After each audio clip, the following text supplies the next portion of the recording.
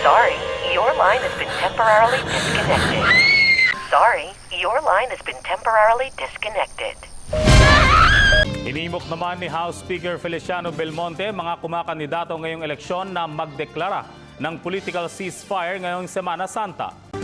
Inatasan ni Pangulong Aquino ang lahat ng mga kinaukulang ahensya para sa ligtas at maayos sa paggunita ng Semana Santa. Sa kaugnay na balita, magsasagawa ng pulong ang Amerika at China kaugnay sa issue ng West Philippine Sea.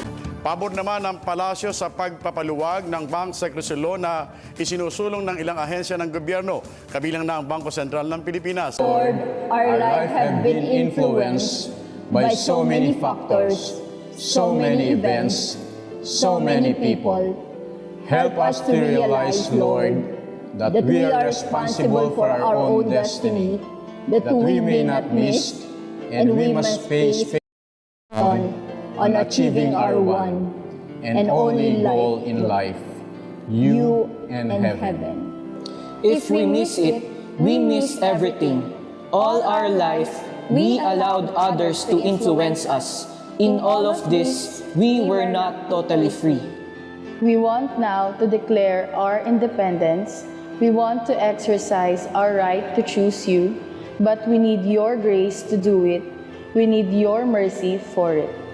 O Lord, you did it.